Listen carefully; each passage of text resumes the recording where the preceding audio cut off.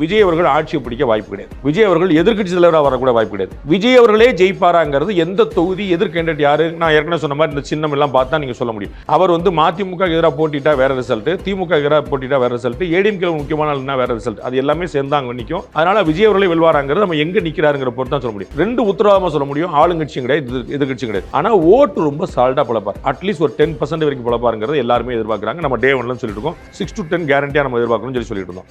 அப்ப இந்த 10க்கு மேலே போச்சுன்னா அது ஒரு சைடு ஸ்வீப்புக்காக கூட வாய்ப்பு இருக்கு. 2014ல பாஜக கூட்டணி, தேசிய ஜனநாயக கூட்டணி பொன் ராதாகிருஷ்ணன் தலைமையில் வாங்கின ஓட்டு அவங்களுக்கு ஒரு 3 எம்பியை கொடுத்துச்சு. ஆனால் ஏடிஎம்கேக்கு ஸ்வீப்பை கொடுத்துருச்சு 37 சீட், டிஎம்கேக்கு 0. டிஎம்கே அலையன்ஸுக்கு ஒரு சீட் கூட கிடைக்கல 2014. அப்போ நீங்க எந்த பக்கம் போகும்னு நீங்க உத்தரவாதமா சொல்ல முடியாது. அது ஒரு குழப்பம். அவர் யார் ஓட்டை எடுக்கிறாருங்கிறத பொறுத்து. ஆனந்த், ஒரு சுகமான உள்ளாடை.